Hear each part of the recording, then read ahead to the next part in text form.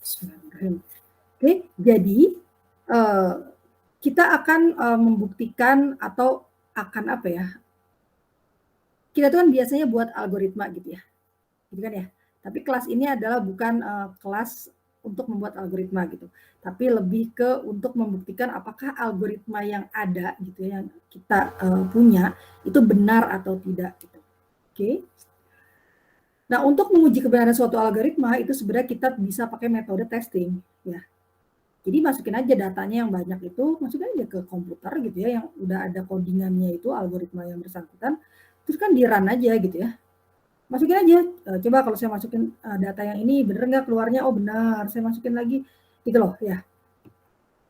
Nah, atau cara kedua gitu, yaitu yang kita pelajari di kelas ini adalah pembuktian algoritma secara matematika gitu ya.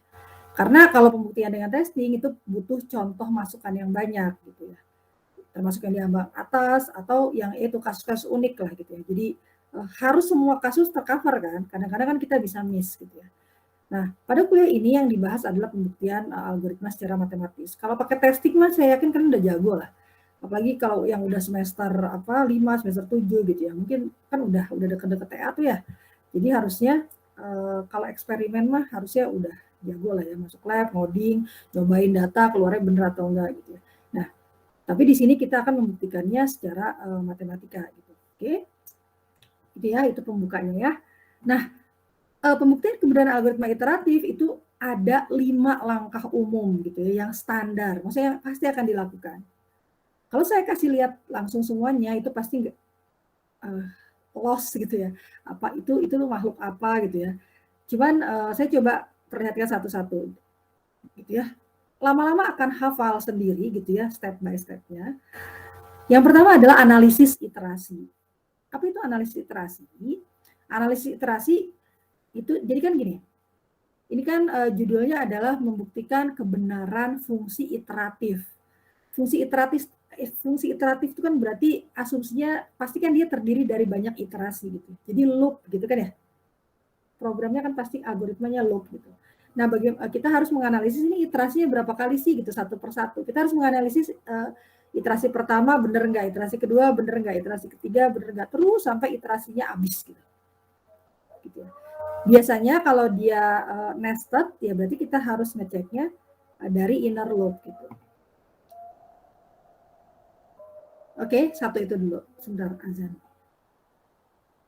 Jadi yang pertama, mudah-mudahan udah siap lagi ya, analisis iterasi. Jadi kita harus memeriksa satu persatu iterasinya gitu. Kalau iterasinya ada 1000 kali gimana Bu? Ya udah 1000 kali harus di iterasi ke-1, iterasi kedua, iterasi ketiga sampai iterasi ke-1000 harus diperiksa gitu. Bener enggak gitu. Gitu ya. Itu yang nomor 1. Yang kedua adalah ini adalah ya bisa dibilang langkah yang paling susah gitu ya, dianggap langkah yang paling susah untuk menentukan yang namanya loop invariant gitu ya. Apa itu loop invariant? Loop invariant itu adalah pernyataan yang dia itu selalu benar gitu untuk setiap iterasi gitu ya. Jadi namanya kan loop ya, loop invariant. Kalau kalian ingat waktu bikin algoritma, kenapa sih kok ada step-step yang bisa kita masukkan menjadi loop gitu? Coba, saya suka nanya deh. Kenapa tuh? Kok bisa sih kalau kalian ngoding ya, apa semua kode gitu ya, itu bisa kita jadikan loop gitu. Misalnya ya, misalnya saya punya gini, saya pengen nyetak gitu ya, saya mau nyetak angka 3, 2, 1, 11, 15, 6 misalnya. Saya bisa pakai loop nggak?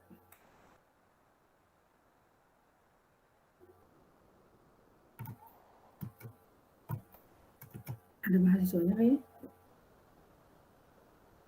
Saya bisa pakai loop nggak? Kalau saya mau mencetak angka-angka itu. 3, 2, 1, 11, 15, 6 gitu. Bisa saya pakai loop? Tidak, Bu. Nggak bisa, Bu. Kenapa nggak bisa? Kira-kira kenapa nggak bisa? Karena nggak dimulai dari iterasi terdalamnya, Bu. Nggak, kita lagi nggak ngomongin iterasi dulu. Kenapa angka-angka tersebut, itu kan udah teknis ya ilmiah, Ini kenapa angka-angka tersebut tuh tidak bisa kita buat jadi loop gitu. Berarti kan kalau misalnya kalau kita mau implementasikan kayak kita kayak print 3, print 2, print 1 gitu kan ya.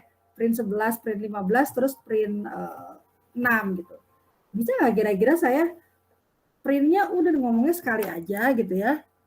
Terus aduh mana nih saya. Terus ini di dalam while gitu atau di dalam for gitu. Gitu loh. Kan biasa gitu ya. Bisa nggak ini? Kita masukin loop? Nggak bisa. Tadi jawabannya benar nggak bisa. Nggak bisa, Kenapa Bu. nggak bisa? Kenapa nggak bisa, Antonio? Dia nggak berurutan, Bu, datanya. Oke, tidak berurutan. Oke, jadi sebenarnya bukan berurutan sih ya. Karena kan kalau misalnya nggak berurutan, misalnya gini, saya misalnya nulisnya gini, satu, misalnya 3, terus 2, 4 gitu ya, terus 3, 5 gitu. Kan mungkin bisa juga kan, walaupun dia nggak berurutan gitu. Tapi yang penting dia punya apa? Punya apa? Kalau kita bisa bikin loop tuh datanya dia punya apa? Punya pola mungkin, Bu? Nah, punya pola yang sama gitu kan ya? Ya, jadi kan kalau kita bikin loop waktu pertama kali gitu ya, waktu belajar apa namanya, bikin algoritma tuh DAP gitu ya, algoritma pemrograman, itu kan saya mau nulis hello world gitu ya, print hello world. Tapi saya mau nulis hello world itu 100 kali gitu. Daripada saya tulis print hello world sampai 100 kali, ya udah mendingan saya bikin loop dari 1 sampai 100 saya print hello world gitu kan ya. Itu kan artinya apa? Kalau saya mau melakukan sesuatu yang sama persis, itu saya bisa pakai loop gitu kan ya. Tapi ternyata loop itu lebih canggih dari itu gitu loh.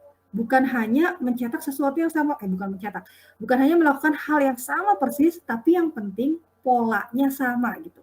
Jadi kayak misalnya mencetak angka 1, 3, 5, 7, 9 gitu ya, 11 gitu misalnya. Ini kan angkanya beda-beda nih ya. 1, terus 3, terus 5 gitu ya. Beda dengan misalnya nulis angka 1 terus 100 kali kan 1, jelas itu bisa pakai loop. Tapi ini kan beda nih angka-angkanya. Tapi kok bisa sih pakai loop? Karena apa? Karena dia ada yang samanya gitu. Apanya? Polanya. Dia sama-sama lompat 2 kali gitu. Gitu ya. Jadi selama polanya ada, maka kita bisa buat itu dalam loop. Oke, gitu ya. Terus apa hubungannya sama loop invarian? Ini saya supaya kalian beneran ngerti maksudnya gitu ya, bukan diapalin karena kayak gitu saya kasih banyak gitu ya, contoh-contoh soal juga nggak ngaruh. Pengalaman yang kemarin-kemarin gitu ya. Oke, sekarang invarian itu apa? Invarian itu adalah sesuatu yang tidak bervariasi. Varian itu kan variasi ya. Ini buat biar ngapalnya enak. Jadi loop invarian itu adalah sesuatu yang tetap di dalam loop sebenarnya. Ya, apa itu yang tetap di dalam loop? Ya pattern tadi gitu. Ya. Jadi harusnya nih ya, kalau kalian bikin algoritmanya pakai loop, terus kita mau buktikan dia benar, pasti gitu dia punya loop invarian gitu. Karena nggak mungkin kalau loop itu bervariasi gitu. Kadang-kadang lompatnya 2, kadang-kadang lompatnya 5, kadang-kadang lompatnya minus gitu, mundur gitu. Itu nggak mungkin tuh. Ya, berarti itu pasti algoritmanya salah tuh gitu. Jadi makanya kalau kalau kita tahu nih, ini kita mau membuktikan bahwa algoritma itu benar, maka kita harus bisa menunjukkan loop invariannya gitu. Jadi itu bahasa susahnya sebenarnya kita mau menunjukkan ini ada polanya loh, loop saya ini ada polanya loh gitu loh, ya. Gitu ya, polanya tuh ya itu sama gitu. Oke. Jadi kita baca lagi. Tentukan loop invarian. Apa itu loop invarian? Loop invarian itu adalah pernyataan yang selalu bernilai benar untuk setiap iterasi gitu. Jadi kalau kayak tadi yaitu misalnya lompatnya 22. Iterasi pertama lompatnya 2. Iterasi kedua ya lompatnya 2 juga. Sampai iterasi ke 1000 gitu ya. Lompatnya 2 juga gitu. Maka itu akan dianggap sebagai oke, berarti dia bernilai benar gitu. Dan memberikan informasi terkait progres yang didapatkan setiap iterasi. Ya pokoknya intinya loop invarian itu sebenarnya ngecek buat yang nomor 1 gitu. Kan analisis iterasi kan. Nah, menganalisis iterasinya pakai loop invarian nanti gitu. Oke. Nah, kemudian ketika kita sudah menentukan, oke, ketemu nih loop invariannya, ketemu polanya gitu ya, yang tidak berubah-ubah gitu ya, pattern di dalam loop. Maka yang ketiga adalah membuktikan bahwa loop invarian ini pasti selalu benar, yang tadi saya kecepatan berarti tadi ya. Jadi saya ngecek di sesaat ngecek itu ada 3 ya loop invarian. Sesaat sebelum masuk loop, ketika di dalam loop, dan keempat adalah ketika sesaat keluar dari loop. Ya, yang sesaat keluar dari loop itu nanti sebenarnya akan dibuktikan di nomor 4 juga gitu ya. Oke, jadi analisis iterasi gimana caranya? Yaitu dengan menentukan loop invarian. Setelah menentukan loop invarian, maka di nomor 3 saya harus membuktikan bahwa loop invarian itu akan selalu berlaku benar pada semua iterasi yang di dalam loop itu gitu. Terus yang keempat, kita akan menggunakan juga loop invarian itu untuk membuktikan ya, loop itu kan membantu tapi berbahaya gitu. Kenapa berbahaya? Karena kalau kita salah itu bisa terus-terusan kan ya, infinite loop gitu ya. Terus tiba-tiba habis aja gitu memori komputer kita gitu ya. Karena dia muter terus. Jadi selain kita harus membuktikan bahwa setiap iterasi dia selalu benar gitu ya, langkahnya, patternnya selalu terjaga, kita juga harus bisa membuktikan bahwa iterasinya berhenti gitu. Walaupun dia bener patternnya, misalnya selalu lompat 2. Jadi kalau nggak selesai, kan jadi salah juga. Gitu. Ya, oke. Yang terakhir adalah, berhasil selesai, gitu ya. Jadi patternnya udah bener deh, lompat 2 misalnya. Kemudian benar bisa selesai di satu saat tertentu, kita bisa menunjukkan ini pasti bakal berhenti nih. Pokoknya dia pasti bakal berhenti nih. Gitu. Udah juga. Nah, setelah berhenti, kalau hasil yang dikeluarkannya salah, ya kan percuma juga gitu. Jadi terakhir kita harus bisa membuktikan bahwa memang hasil yang keluar dari algoritma itu sesuai dengan yang kita klaim sebelumnya gitu. Ya. Kalian kan kalau bikin algoritma kan sebenarnya mengklaim kan. Misalnya coba bikin algoritma Findmax gitu, atau algoritma penjumlahan lah, penjumlahan 2 bilangan gitu. Jadi ketika kalian udah ngoding, terus kalian bilang, ini algoritma menjumlahkan 2 bilangan. Nah, itu sebenarnya kalian melakukan klaim tuh. Kalian mengklaim bahwa algoritma saya itu bisa menjumlahkan 2 buah bilangan. Gitu, ya. Jadi nanti dicek aja bener nggak terakhirnya. Gitu. Oke. Jadi kalau kalian lihat semuanya menyebut kata loop invarian. Jadi itu adalah satu satu komponen yang penting di dalam pembuktian kebenaran. Jadi harusnya kalau udah ketemu loop invariannya, kesananya agak enak gitu.